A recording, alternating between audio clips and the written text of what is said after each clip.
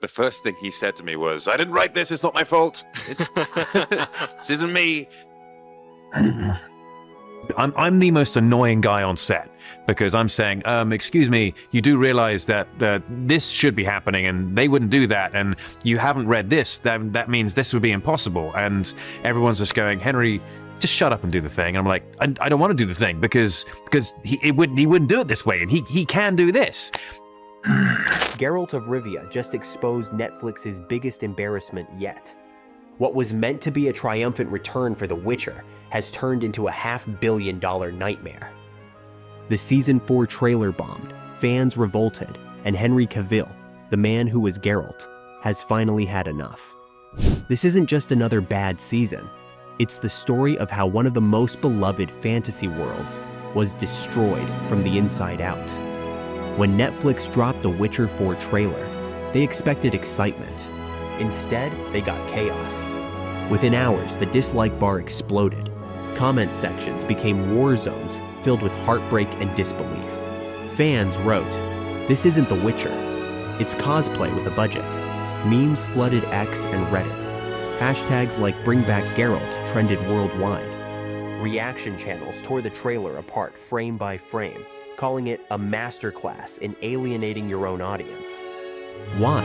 Because what fans saw didn't feel alive. The visuals were glossy, the tone soulless, and Geralt, now played by Liam Hemsworth, looked more like a shampoo model than a monster slayer. Cavill's Geralt had grit, scars, silence that carried pain. Liam's looked too clean, too safe, too corporate. And then came the number that stunned everyone. Forbes revealed Netflix had spent $568 million bringing The Witcher to life. $500 million for a show fans were now abandoning in record time. By episode 5 of season 3, 60% of viewers were gone. This wasn't anger anymore. It was heartbreak. They hadn't just lost an actor. They'd lost the heart of the story. Behind the scenes, Henry Cavill had been fighting a quiet war. On set, he was known as the most annoying guy in the room because he kept correcting the writers. He'd stop mid-scene and say, "You do realize Geralt wouldn't do that, right?" I know that he watches the episodes, I know that he likes them, but he does not actually want to be a day-to-day part of the process. Just coming to the set and reading and giving notes. Listen, I like it, but maybe, just maybe, we could shift it a little bit here or there. Never. Maybe I gave them some ideas, but they never listened. They never listened. To Henry, loyalty to the books wasn't negotiable. To the showrunners, it was a problem. Showrunner Lauren Hissrich wanted a Witcher for modern audiences. More focus on Yennefer and Ciri, less on Geralt. Writers mocked the lore, calling it outdated. Former producer Beau DeMayo later confirmed that some in the room disliked the source material and laughed at it. That was the moment Henry realized he was fighting alone.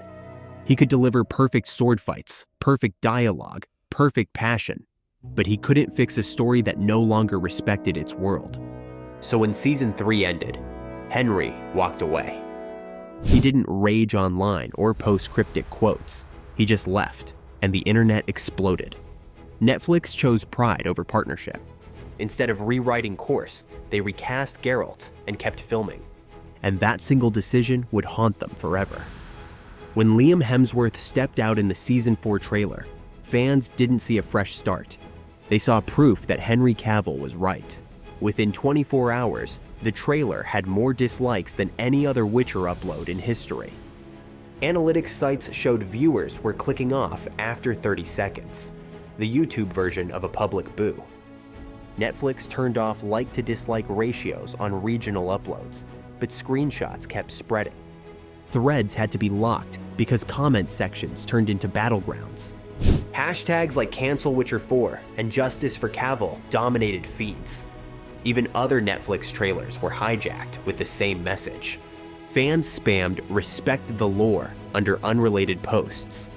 Influencers joined in. Entertainment journalists called it a marketing disaster of epic proportions. One tweet went viral. "It's rare to see a studio fight its own audience this hard." Netflix had officially lost control of the narrative. And then something wild happened. Henry Cavill's silence broke. Weeks after the meltdown, rumors spread that Henry had privately reached out to the showrunners. The showrunner has a particular vision for the show and for the characters in the show. And I don't know if you read the books, but the books, certainly the first few, there's very much from a Geralt perspective. And so with the shift of the showrunner's vision, where it's an ensemble cast more so than a singular lead, and the perspective is shifted to be almost more of a Cirilla Yennefer perspective. And so it's about finding my character's place within that vision, and making sure that I do everything I can to be as faithful to the source material as possible that I can be within the structure set out for me. According to insiders, he wasn't angry. He was disappointed. He told them fans weren't reacting to a new actor. They were reacting to a loss of integrity.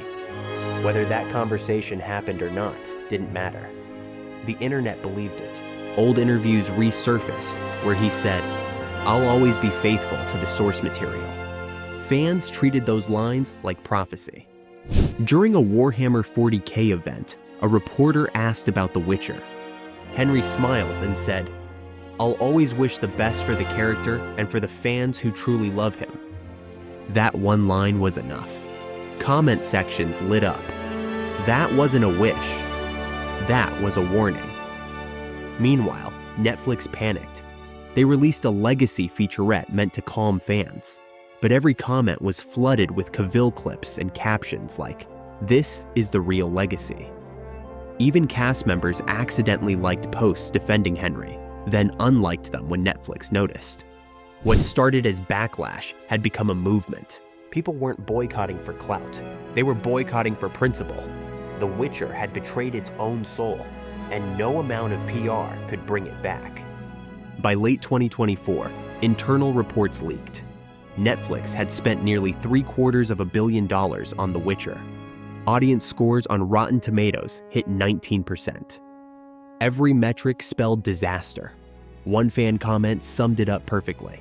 They chose pride over passion and lost everything. The Witcher was supposed to be the next Game of Thrones. Instead, it became a warning sign for Hollywood arrogance. Through it all, Henry Cavill never needed to shout. He didn't have to post rants or point fingers. He simply walked away and proved his point. Now, as he builds Warhammer 40K, a project he personally produces and guards for accuracy, fans call him the protector of real fantasy. Because Geralt of Rivia was never just a role, it was a symbol of loyalty, discipline, and respect for the world you create. Netflix might still own The Witcher, but Henry Cavill owns the legacy. The Witcher without him isn't just missing a lead actor, it's missing its soul. And that's how Geralt of Rivia just exposed Netflix's $500 million disaster. If you believe Henry Cavill deserves better, drop "Long Live Geralt" in the comments. Hit like if you still believe stories should honor their fans, and subscribe for more deep dives into the biggest shocks in entertainment. Because sometimes the greatest monster a hero can face is the company that created him.